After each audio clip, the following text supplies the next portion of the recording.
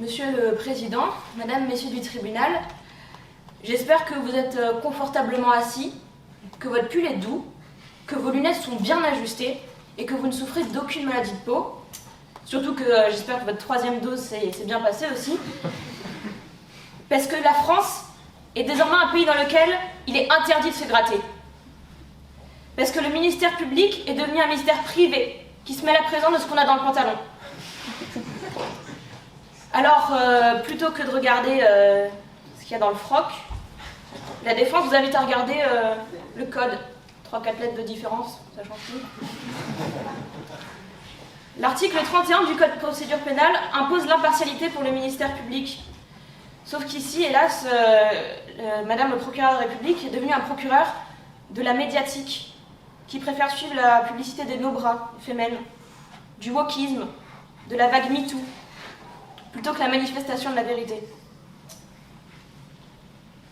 Pour la reprendre, cette vérité, dans ce dossier, M. Carlecu a, l'espace d'un instant, soulagé une démangeaison au niveau de son entrejambe. Madame Clatte, elle l'a fusillé du regard. Elle l'a insultée, elle l'a frappée, et puis comme si ça ne suffisait pas, elle a déposé plainte. Alors, dans une logique juste ubuesque, le ministère public a préféré retenir la supposée exhibition sexuelle de monsieur plutôt que la violence, l'agression et l'insulte de Madame Clatte. Et ce, après une enquête au moins partiale et totalement partielle. Je ne vais même pas évoquer le principe du pouvoir d'opportunité des poursuites, parce qu'aujourd'hui on a tellement dépassé un point de non-retour que le ministère public devrait abdiquer. C'est quand même insensé que ce soit lui qui soit présent devant vous aujourd'hui et pas elle. Parce que qu'est-ce qu'il fallait faire pour être envoyé devant votre juridiction? Déposer plainte en premier? Si c'est ça, alors je pose la question, qu'est-ce que la justice? Une course contre la montre? Le premier qui porte plainte gagne le droit à un procès? C'est un peu facile.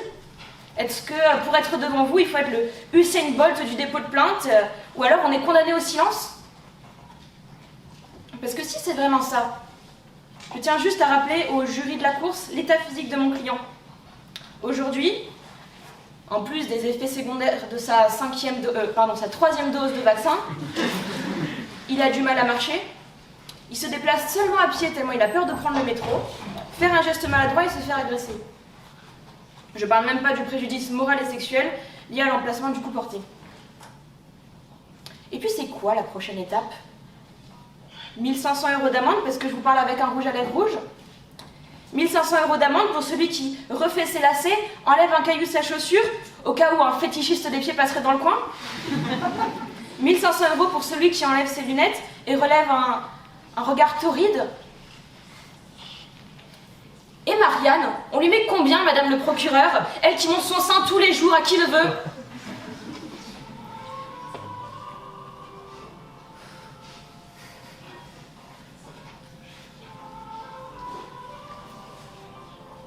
C'est pas moi, hein.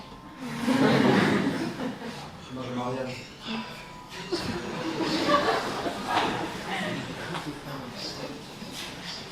On peut l'emmener dehors, s'il vous plaît? Oui, bien sûr.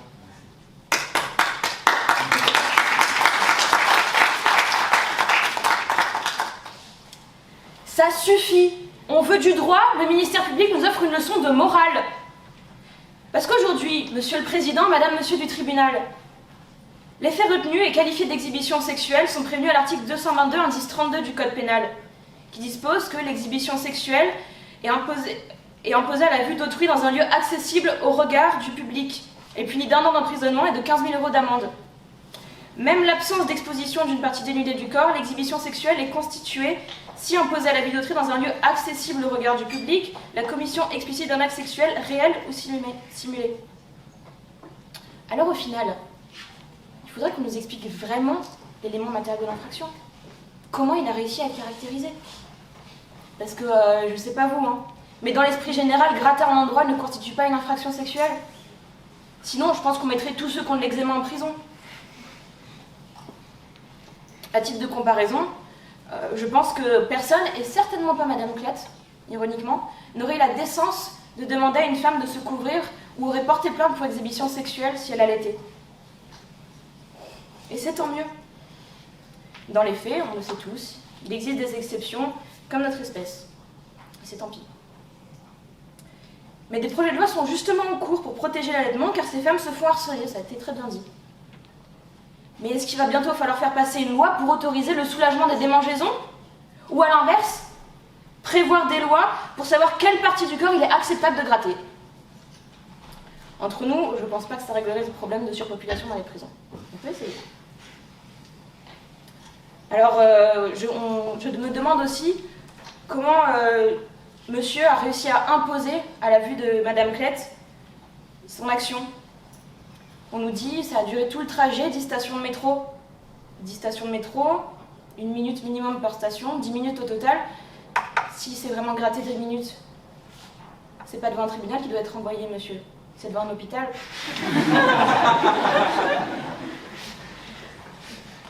Mais c'est comme ça maintenant. On cherche à subir, à se victimiser dès que possible. C'est très clair dans le dossier. On nous parle d'occasion, du fait que Madame Klett recherchait délibérément un fait pour légitimer son passage à l'acte.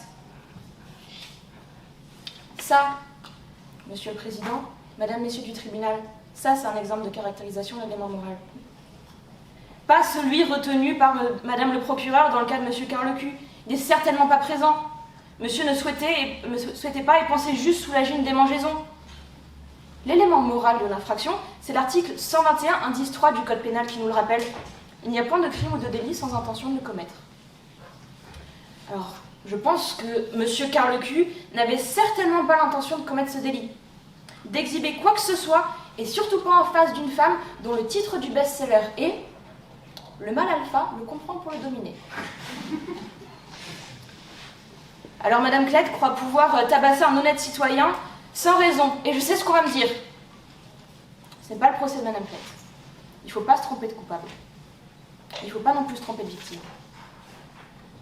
Parce que la vraie victime ici, c'est bien Monsieur Carlecu. Et c'est pour cela que je vous demande ça relax. Puis c'est un peu facile d'accuser toujours les hommes. Madame Klett aurait-elle la même réaction si c'était une femme, elle, en tant que féministe? Je pense pas. Alors on fait comment? Faites ce que je dis, mais pas ce que je fais. Parce qu'il faut rappeler qu'entre deux plaintes abusives, Madame Klett milite entre autres pour avoir le droit de manger des bananes tranquillement, de se balader poitrine découverte dès qu'il fait un peu chaud. Ce seraient des actes qu'elle n'hésiterait pas à caractériser d'exhibition sexuelle si elle n'avait pas gain de cause aujourd'hui. Des actes pour lesquels elle n'hésitera pas à faire usage de la violence pour les punir. Encore. Des actes pour lesquels elle portera plainte en continu. Monsieur Carlecu, de son côté, n'a pas une seule mention à son casier.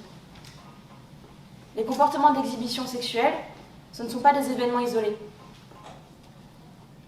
Il s'inscrit dans un comportement de prédateur sexuel. Et c'est pas ce qu'on a en l'espèce. Ce qu'on a là, c'est un jeune homme blessé, perdu, avec un futur où il ne pourrait pas être papa. Il est terrorisé de reprendre le métro. Si traumatisé qu'il n'ose pas porter plainte, malgré le fait que lui a vraiment subi des agressions. Merci quand même, Madame le procureur, d'avoir proposé. En France, la justice est rendue au nom du peuple français, qui devrait avoir le droit de se gratter librement. C'est au bénéfice du droit, et non au bénéfice du doute, que vous relaxerez donc, Monsieur Carlecu. Monsieur le Président, Madame, Messieurs du tribunal, par votre décision aujourd'hui, vous avez le pouvoir d'ouvrir les yeux de Madame Klett, de lui faire réaliser qu'il ne faut pas qu'elle voie Monsieur Carlecu comme un ennemi, mais plutôt comme un allié, un militant féministe qui se bat pour que tout le monde, hommes et femmes, ait les mêmes droits. En l'occurrence, celui d'aller venir, mais surtout celui d'aller et de se gratter.